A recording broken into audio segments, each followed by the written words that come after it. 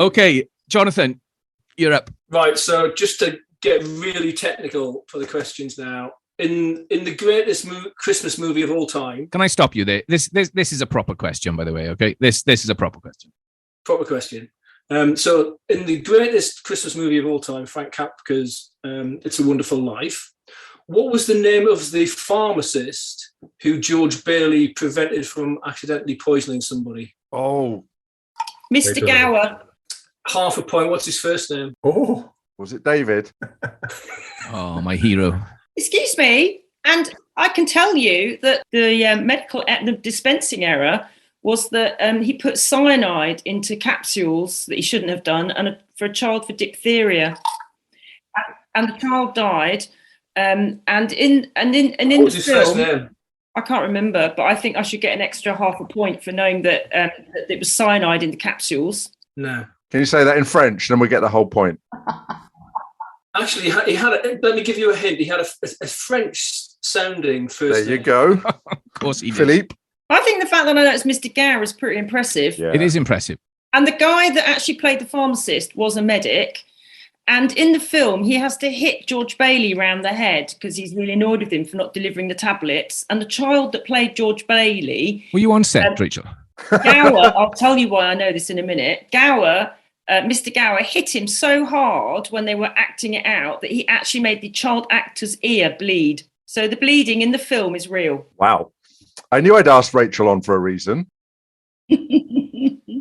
What was his first name, though? Yeah. It's wonderful. French Christian name, male. Yeah. Philippe. Think, Jean. no. Albert. No. Albert. There was a famous French book where the character was mentioned in this, and it's And the Detectives. Oh, Camille. Emile. Emile. Yeah, very good. Very good. Well done, team. Great effort. Proper question and very comprehensive answer from Rachel. Very good. Proper professor. Rachel, you're up. Yeah, no pressure now.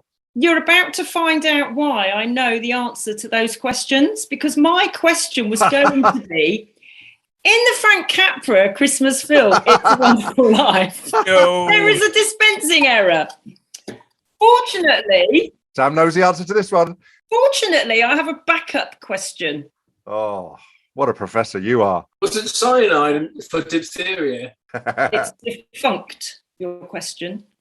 Actually, can I go with another? I've just thought of another question. Okay, so in the other famous Christmas film that isn't really anything to do with Christmas, but we always used to have to watch it at Christmas when I was a child, The Wizard of Oz. Die Hard. The Wizard of Oz. There's a scene where the main characters walk through a field of poppies and they start to feel sleepy, and then snow falls on them. What was the substance in the snow that was used by the special effects team? Ooh, substance in the fake snow. So you're asking about the fake snow, what substances was Fake snow is made of something. I suppose it's more of a general toxic link. What about asbestos? That's white and flaky, isn't it? Somebody said asbestos, they're right. Yes, get in. That's fine. I was just going to say, I remember there was a chemistry lesson when I was a kid. And I don't know if this is just one of these things where you misremember it or not.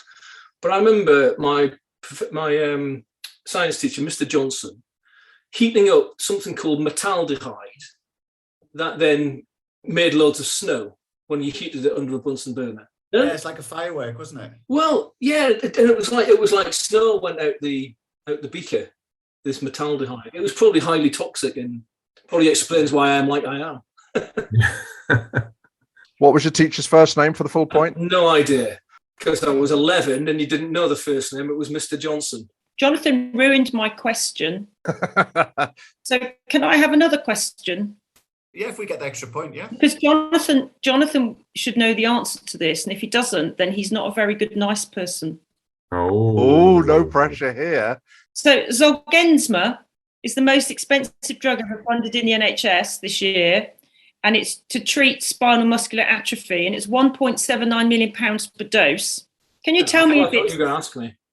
Is it A monoclonal antibody, a gene therapy, or a cell therapy? You've got a 33.33 recurring chance of being correct. Can I just say that for the listener, you will remember this because it was mentioned on the very last podcast by Tracy Green.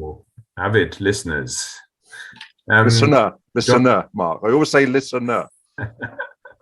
That's his DJ training there coming in, Mark. Jonathan, with the answer to that question, we think we have to have a time limit and negative marking if he doesn't get it. It's a gene therapy. Jonathan, if you feel as though Rachel is being too aggressive towards you, then you use the emoticons down the bottom of the screen, okay? Question away from me. It's all right. I use it as I said. We worked together 30 years ago. I'm well used to Rachel's aggression towards junior members of staff. And Jonathan, a lot of the monoclonal antibodies end in MAB. With a MAB, so it can't. Oh, it's a gene therapy. It's a gene therapy. Yes, good That's one. our answer. Final answer. final answer locked in. Oof. Yeah. And it was Tracy Lyons on the green. I've called her Tracy Green already. It was Tracy Lyons. Scores are level. Have we got time for the captain's pick? Probably not. Okay. Well, we can always take it out. Yeah. Steve's desperate. Go on. Yeah. No, Gimmo, you go first. Okay, mine's boring now compared to Ollie's because I did only do it last minute again. So I tried to find out what is the most prescribed drug in the world. But unfortunately, everything skewed towards US. So it's really difficult to find out what was. So what is the number one? And this was 2020. So I'm guessing 2019, 2020. So I'm is there a question coming? What?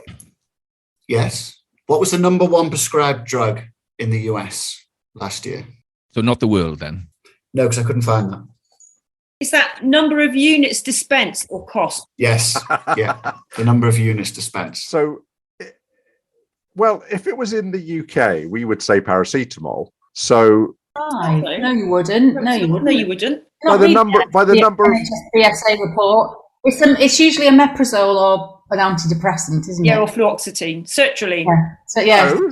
Well, it's because a lot of the paracetamol's not prescribed, is it? It's exactly, bought over the counter. The question is The question was prescribed. Oh, I'm not listening. Sorry. Oh, It's going well. priceless. Gimmo, does this go out to all the contestants? Because Is it lansoprazole or sertraline? Final answer? well, Well, team captain needs Lelly, to. what do you think, Lelly? I don't know. We put Gabalin because they're. I can only connect. You can maybe give it to the other team if they don't get It's it your right. team. well, this is No, nothing hang on. like We haven't given our answer yet. We haven't given our answer yet. So, what do you think, Claire? Well, they did have Trump as their president. Surely an antidepressant. Lelly, what do you think? I don't know. I know they're big on addictive medicine, so. What about statins? Surely. Right. Rachel seemed to speak with real authority, and she's a proper professor. So we're going for lansoprazole.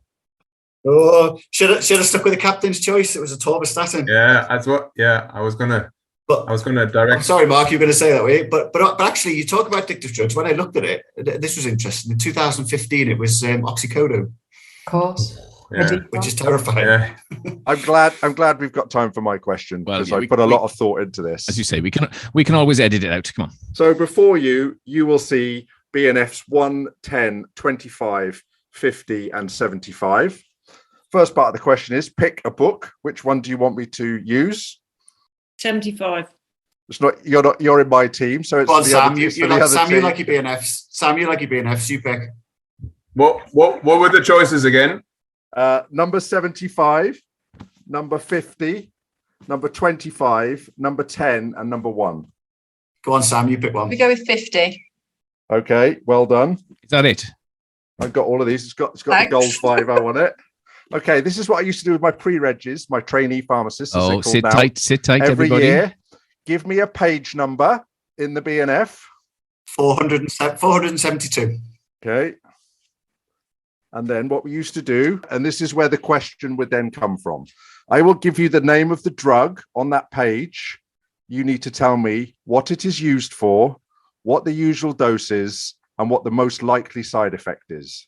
And on page 472, we have polystyrene sulfonate resin. Of course we do. That's what happens pick a high number, you're in all the weird drugs. Otherwise known, I'll help you out. Otherwise known as calcium resonium. Oh yeah. Okay. Okay, so what is it most likely used for? So hyperkalemia, Correct. Yeah. Yeah. What is the usual dose? 15 grams 3 times a day. Perfect. Yeah. And what is the most likely side effect? Well, it kind of bungs you up, doesn't it? So Constipation. Well done, Jonathan Underhill. You get still a a full proper mark. pharmacist, you see. Oh, well, fair play. Interesting. Fair play, Jonathan.